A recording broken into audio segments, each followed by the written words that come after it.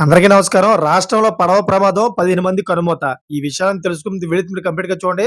అప్పుడే మీకు complete information ఏంటో అర్థమవుతుంది. అదే విధంగా చాలా మంది వీడియో చూస్తున్నారు గానీ సబ్స్క్రైబ్ చేసుకోవడం మాత్రం మర్చిపోతున్నారు. దయచేసి సబ్స్క్రైబ్ చేసుకోండి. సబ్స్క్రైబ్ చేసుకోవడం వల్ల నేను చేసే ప్రతి ఒక్క అప్డేట్ మీరు ముందుగానే పొందగలుగుతారు. అదే విధంగా చాలా మంది లైక్ చేయడం మర్చిపోతున్నారు. దయచేసి లైక్ చేయండి. లైక్ చేయడం వల్ల ఈ ఇన్ఫర్మేషన్ వల్ల చాలా మందికి రీచ్ అయ్యేలా అవుతాం. ఇంక లేట్ చేయకుండా వీడియోలోకెళ్ళిపోదాం. ఫ్రెండ్స్, ఘోర పడవ ప్రమాదం చోటు చేసుకుంది. గేట్‌వే ఆఫ్ ఇండియా నుంచి ఎలిఫెట్ ఐలాండ్‌కు 60 మంది ప్రయాణికులతో వెళ్తున్న ఓ బోటు ప్రమాదవశాత్తు మునిగిపోయింది. సమాచారం అందిన వెంటనే రంగంలోకి దిగిన Indian Coast guards rescue operation చేపట్టారు. 20 మందిని రక్షించారు. ఒక మృతదేహాన్ని కూడా వెలికి తీశారు. మిగతా వారు గల్లంతయ్యారు. నేవీ జేఎన్‌టీపీ అదేవిధంగా తీర ప్రాంత గస్తీ టీం, స్థానిక పోలీసులు తక్షణ రంగంలోకి దిగి ప్రయాణికులను కాపాడేందుకు చర్చలు చేపట్టారు.